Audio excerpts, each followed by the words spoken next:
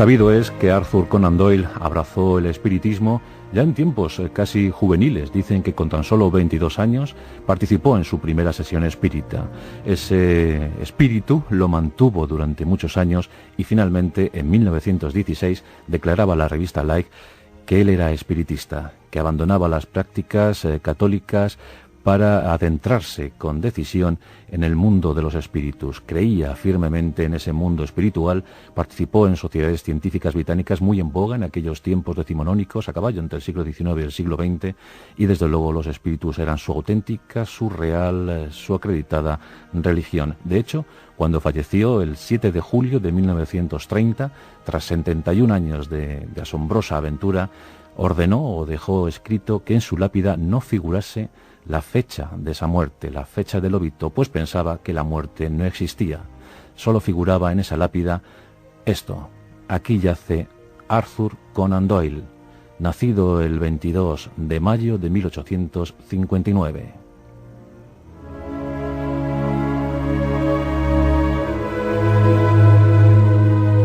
Y para finalizar ese epitafio, pues una frase rotunda que definía su gran biografía: temple de acero, rectitud de espada.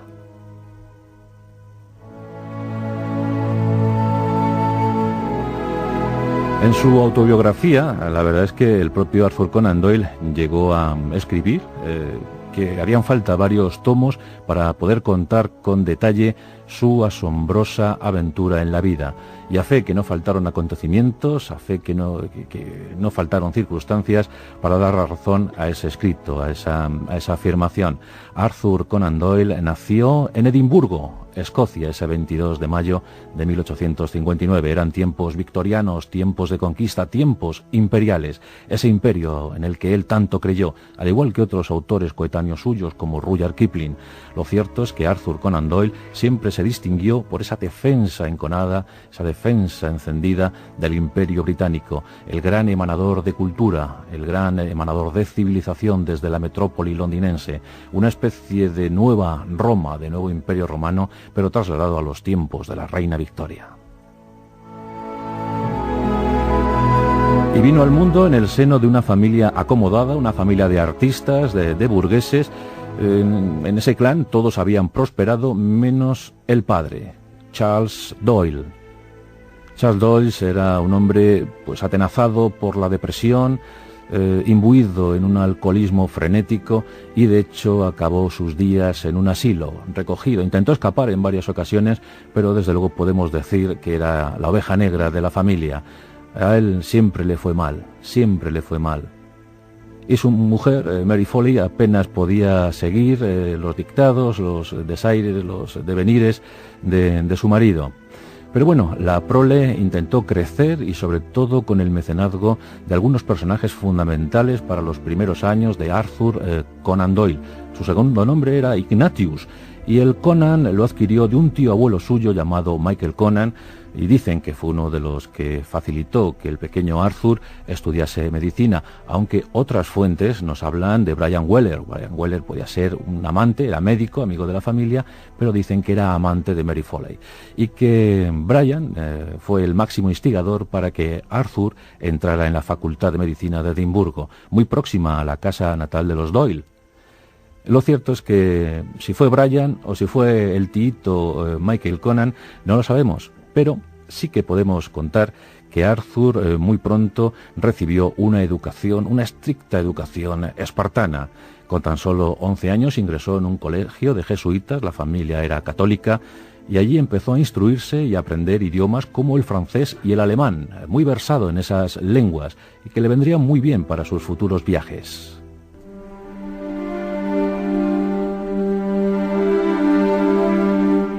En 1876, justo cuando un tal George Armstrong Custer moría en Little Bighorn, allá en los lejanos Estados Unidos de América, víctima de caballo loco y sus guerreros, pues en ese año de 1876, 100 años fundada la nación norteamericana, y Arthur Conan Doyle ingresaba en la Facultad de Medicina de Edimburgo. Y allí iba a cursar durante 4 años esta carrera que le acompañaría buena parte de su vida y que dio sentido seguramente a su vocación literaria, como luego explicaremos. En esa facultad había ímprobos estudiantes y grandes magíster, grandes educantes. Uno de ellos se llamaba Joseph Bell. Cuentan que el doctor Bell intentaba inculcar en sus alumnos pues el método deductivo, que no se fiasen de la primera apariencia, que no se dejasen llevar nunca por un primer diagnóstico, que escrutasen al enfermo, al paciente, y que supiesen leer entre líneas, que seguramente gracias a ese método deductivo llegaría la solución para múltiples enfermedades.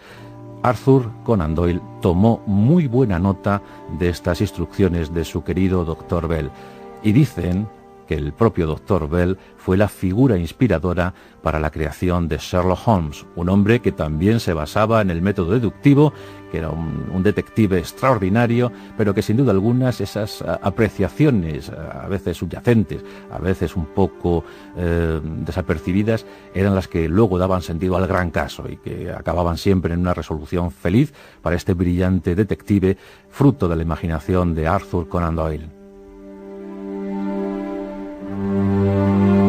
En 1880 terminó la carrera y como era un hombre de mente inquieta, un hombre de alma aventurera, se embarcó, y eso sí, se embarcó en diferentes navíos, uno de ellos un ballenero groenlandés, y con ellos, en calidad de médico, viajó al Ártico.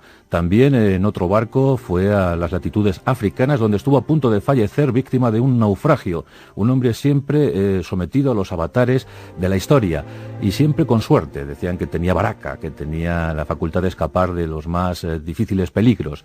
Pero embarcado como médico estuvo un tiempo, unos años. Finalmente se cansó de tanto trasiego marinero y decidió establecerse en su Reino Unido, en su querido Reino Unido. En Saxi montó una consulta que a decir verdad no le fue nada bien. Los pacientes no abundaban, no se fiaban de aquel joven pero comprometido galeno y no visitaban esa consulta. En los tiempos perdidos en los que el joven doctor Conan Doyle intentaba pescar a algún paciente, pues en esos tiempos perdidos, esos tiempos de asueto, de ocio, empezó a crear, empezó a imaginar y sobre todo empezó a sospechar que la literatura, su auténtica vocación, junto a la medicina, le podría proporcionar algunos beneficios. Y surgieron las primeras obras que, bien es cierto, no fueron de hondo calado entre la crítica y el público, apenas se vendieron. Lo que sí llegó en este tiempo fue su boda, su primera boda con Mary Louise Hopkins, con la que tuvo 2 hijos. Un matrimonio feliz, siempre unido, a pesar, eso sí, de la tuberculosis que contrajo Mary Louise nada más casarse con Arthur. Arthur fue fiel durante unos años a Mary Louise y a pesar del amor que tuvo años después con Jane Leakey, pues no quiso dejar abandonar a su mujer enferma y siempre estuvo a los pies de su cama, siempre la estuvo cuidando, siempre la estuvo llevando pues a clínicas, a sanatorios, incluso en Suiza, donde, por cierto, Arthur Conan Doyle se consagró como uno de los introductores del esquí. Hasta entonces, hasta finales del siglo XIX, el esquí estaba mal visto. Él lo había comprobado cómo se practicaba en Noruega y quiso llevar esa afición a las tablas, esa cuestión de deslizarse por la nieve, a pesar de lo rudimentario entonces de la práctica del esquí, pero él quiso llevar ese esquí a Suiza y aquí lanzó uno de sus célebres vaticinios. Dijo Arthur Conan Doyle, cuando era apenas el único esquiador que se deslizaba por las lomas, por los montes suizos, dijo: algún día, cientos de ingleses vendrán a esquiar a Suiza. Ya veis que este pronóstico se cumplió con escrupulosa exactitud y hoy en día pues Suiza goza de gran prestigio en cuanto al esquí y con muchos campeones. Bueno, pues el primero de esos campeones fue Arthur Conan Doyle, allá en esos tiempos, llevando a su mujer a intentar curarla de la tuberculosis en Suiza. Pero retomando nuestra historia, diremos que en este tiempo de 1885, Sherlock Holmes empieza ya a crecer en la imaginación de Arthur Conan Doyle. Un detective con su capa, su gorro característico, su inteligencia, su brillantez, una lucidez extrema para lograr resolver los casos más inauditos, más insospechados. En 1887 llega la primera aparición de Sherlock Holmes en una obra literaria, ese Estudio en Escarlata. Hay una curiosidad sobre los derechos de autor, y es que Conan Doyle vendió los derechos de autor a la editorial por tan solo 25 libras esterlinas. 25 libras a trabajo terminado y que se olvidase de cobrar derechos de autor alguno. Bueno, pues un grave error de autor novel, pero que en ese tiempo era lo que había. Las editoriales, bueno, en ese tiempo y ahora las editoriales son lo que son, y Arthur Conan Doyle tuvo que firmar un contrato leonino en el que solo recibió 25 libras y a olvidarse de ese Estudio en Escarlata, que estoy convencido de que dio pingües beneficios a la editorial. Había comenzado la vida de Sherlock Holmes, acompañado del militar, del doctor Watson. Siempre Watson, un hombre bueno, un hombre con preguntas siempre sugerentes que provocaban que se encendiera la bombilla en la mente de Sherlock Holmes. Una pareja indiscutible, un binomio que triunfó en la literatura universal desde entonces. También debemos comentar que Sherlock Holmes no fue del agrado de su autor y que intentó acabar con él, intentó matarle nada más empezar la saga. Llegaron obras de reconocido prestigio ya en tiempos, por ejemplo, pues ese Escándalo en Bohemia, Las aventuras de Sherlock Holmes, que fue el gran pelotazo, fue el gran éxito editorial. Pero cuando llegó el problema final, cuarta obra en la que ya Sherlock Holmes moría, víctima del archicriminal, el terrible profesor Moriarty, pues aquí decidió Arthur Conan Doyle acabar con Sherlock Holmes sin presumir, aquí no supo intuir el gran éxito que se avecinaba. Hasta entonces lo había tenido, pero lo que estaba por llegar era colosal, era tremendo. Bueno, pues acabó con él. ¿Y qué ocurrió? Pues que para pasmo de Arthur Conan Doyle, este comprobó cómo en muchas calles de las ciudades británicas los jóvenes o los lectores que ya tenía Sherlock Holmes incorporaron crespones negros en sus sombreros, en sus ojales, en sus chaquetas. Y esto conmovió a Arthur Conan Doyle. No daba crédito a lo que estaba ocurriendo. Miles de británicos pues sufriendo con dolor la muerte de Sherlock Holmes. Una demostración sobre ya lo que había calado la obra de Arthur Conan Doyle. Aunque la verdadera pasión literaria del célebre autor escocés fue sin duda la novela histórica. Él quiso triunfar en novela histórica. Y a fe que lo intentó. Bueno, pues Sir Nigel y la Compañía Blanca es uno de esos ejemplos, una excelente novela histórica. Pero la gente, el público, lo que quería era más y más sobre Sherlock Holmes. Tardó 8 años en retomar la historia del detective y seguramente la retomó a instancias de su madre. Las madres siempre son decisivas en todas estas cuestiones, y su madre dijo: querido Arthur, debes hacer revivir, debes resucitar a Sherlock. Y ya lo creo que le hizo resucitar, y en una obra además que últimamente ha recibido pues mucho debate, porque me refiero al Sabueso de los Baskerville. Aquí aparece Sherlock Holmes de nuevo con total intensidad. Ya sabéis que hay mucha polémica sobre esta obra, sobre todo después de los últimos años. Se dice incluso que Arthur Conan Doyle plagió el texto de un amigo suyo que falleció, incluso tuvo la osadía de dedicarle el libro. Y bueno, esto está sin confirmar, está sin constatar, pero bueno, es que la vida de Arthur Conan Doyle da para mucho. Le acusaron de plagio, pero también de asesino de su amigo. Ahora también se está comentando que pudo haber participado en la propia muerte del mago Houdini. Eso se está diciendo estos días. Bueno, sea como fuere, nosotros vamos siempre a interesarnos por la actividad literaria y humana de Arthur Conan Doyle. Por eso volvemos a las trincheras, y es que Conan Doyle era un convencido del Imperio Británico. Ya hemos comentado que otros como él, el caso de Rudyard Kipling, así lo atestiguaron, estaban muy fascinados por el influjo del Imperio Británico, y desde luego que Arthur Conan Doyle quiso dar fe de ese entusiasmo, pues participando en las diferentes campañas que los ejércitos británicos, los ejércitos de su graciosa majestad, emprendían allá por donde se dieran cita. Por ejemplo, escribió ensayos ensalzando las virtudes del soldado británico, pues como hizo el propio Kipling, hablando de los ambientes militares en la India. En este caso, Conan Doyle lo hizo con las campañas británicas en el Sudán británico, y también, por supuesto, en la guerra en la que él estuvo como médico en campaña. La guerra de los Boer y la guerra de Sudáfrica serían dos ensayos que le valieron nada más y nada menos que su nombramiento como Sir, como Lord del Imperio Británico, no por Sherlock Holmes, sino por haber apoyado al Imperio en momentos difíciles. Ya sabéis que en aquel tiempo los ejércitos de su graciosa majestad no gozaban de mucha fama, los desastres en Isla de Alguana a manos de los zulúes y, por supuesto, la creación de campos de concentración para albergar Boers, los descendientes de los holandeses, en Sudáfrica. No había buena prensa para estos ejércitos y autores como Conan Doyle sirvieron para aplacar un poco la ira de la crítica. Así que estas dos obras, estos dos ensayos, entonces considerados valiosos, pues sirvieron para que Arthur Conan Doyle ya fuera Sir Arthur Conan Doyle, 1902. Por cierto, su madre también intervino porque él no quería asumir el título, no quería recoger ese honor, y la madre le animó diciéndole que era más que necesario y que sería muy positivo para el Imperio Británico que alguien como él fuese Sir. Una vez más las madres, las queridas madres, como intervienen. Arthur Conan Doyle ya estaba pues henchido de orgullo por haber servido a su país, y también su cuenta corriente gozaba de una salud espectacular. Desde 1891 había abandonado la consulta, ya no se dedicaba oficialmente a la medicina. Como vemos, ya se ocupó luego en campañas militares, pero ya su consulta ya quedó atrás, ya quedó relegada.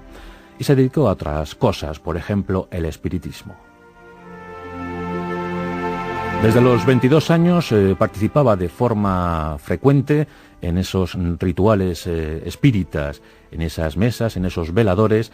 En aquel tiempo las hermanas Fox pues habían dado paso a esa corriente espírita, si bien es cierto que en 1888, justo el año en el que actuaba un tal Jack el Destripador en Whitechapel, en Londres, pues justo en ese año, pues una de las hermanas Fox admitió que, bueno, pues aquellos raps, aquellos sonidos, ¿os acordáis?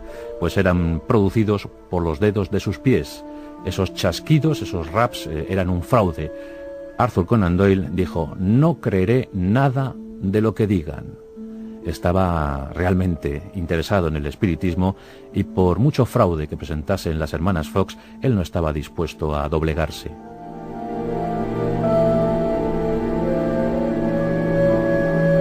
Estalló la Primera Guerra Mundial y él quiso participar como médico. Incluso intuyó cosas que iban a suceder, por ejemplo, la guerra submarina.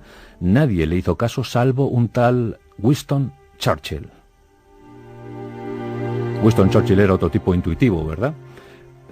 También premio Nobel como Rudyard Kipling, y bueno, la verdad es que se fió, o por lo menos tuvo en cuenta las afirmaciones de Conan Doyle, no como otros lores del almirantazgo que pensaban que era simplemente un visionario, un loco que afirmaba cosas sin sentido. Pues razón no le faltaba al decir que la guerra submarina sería el peligro más real para el imperio, en aquella guerra tremenda que debería acabar con todas. Miles, centenares de miles, millones de soldados acabaron muertos en las trincheras, una guerra devastadora, cruel, absurda. Y los hijos de Conan Doyle también participaron en aquel conflicto. Con Mary Louise había tenido dos, y tras el fallecimiento de esta ya había casado con su mujer, con su amante hasta entonces, ahora su segunda esposa, Jane Leakey, y con ella tuvo otros 3. Pero uno de los hijos de Arthur Conan Doyle murió en las trincheras, murió en ese conflicto, en la Primera Guerra Mundial. Fue en 1918, justo el año en el que terminó esa guerra. 2 años antes, Arthur Conan Doyle había afirmado en la revista Life que él era un fanático defensor de la práctica espírita, que había abandonado el catolicismo para convertirse al espiritismo. Y dio pábulo a historias que denostaron su imagen, desde luego, y nos acordamos lo acontecido precisamente en medio de la Guerra Mundial, donde los británicos necesitaban historias emocionantes, historias bellas, que les hiciesen olvidar los rigores de la guerra y tantos miles de jóvenes británicos que estaban muriendo en el frente. Bueno, pues aquí llegó la historia de Conan Doyle. Es un genio inmenso, es un talento inabordable, pero tiene corazón de niño. Arthur Conan Doyle llegó a presidir incluso un congreso espírita en París, a tal punto llegaba su fe en estas cuestiones, en estos asuntos, y mientras tanto seguían llegando relatos de Sherlock Holmes, hasta más de 68 narraciones donde se recogían las aventuras de Sherlock Holmes. El autor escocés era también un gran seguidor de Edgar Allan Poe, cómo no, igual que Julio Verne. ¿Os acordáis cuando hablábamos de Julio Verne? Que este quiso pues rendir homenaje al autor norteamericano, a Edgar Allan Poe, que tan joven murió, con 40 años tan solo, pero quiso rendir homenaje con una suerte de relatos viajeros llamados viajes extraordinarios, pues emulando a sus narraciones extraordinarias. Bueno, pues yo creo que Arthur Conan Doyle también quiso rendir homenaje a Edgar Allan Poe en su Sherlock Holmes. Edgar Allan Poe era el gran maestro del terror y del misterio, pero Arthur Conan Doyle, para diferenciarse, lo que hizo fue hablar de detectives, novela detectivesca, novela policíaca, el gran detective, el gran indagador, el gran escrutador de seres humanos, de almas, Sherlock Holmes. En 68 aventuras fascinó a propios y ajenos. Fue algo tremendo, algo que dio mucho placer, mucha gloria al Reino Unido. Pero llegaron otros personajes de su cuño, por ejemplo, el tremendo, el excéntrico profesor Challenger. ¿Os acordáis del Mundo Perdido, la primera gran novela sobre dinosaurios?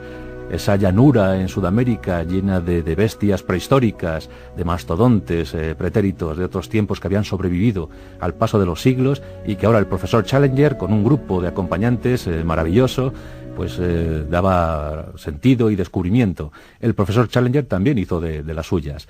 Bueno, los ensayos, las poesías, las novelas históricas, una colección de tomos dedicados a la actuación británica en la Primera Guerra Mundial. La verdad es que de todo hubo, una propia autobiografía y muchas sensaciones albergadas en su mente inquieta, su mente abierta a todo.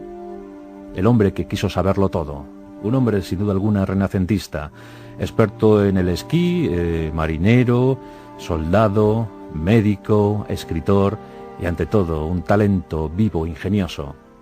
Falleció el 7 de julio de 1930 con 71 años de edad, víctima de un infarto al corazón.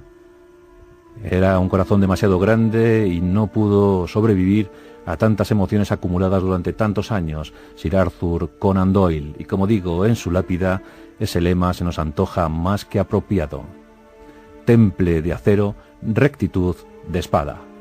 El conservador, el genial, el brillante, el deductivo, Sir Arthur Ignatius Conan Doyle. Una de Doyle.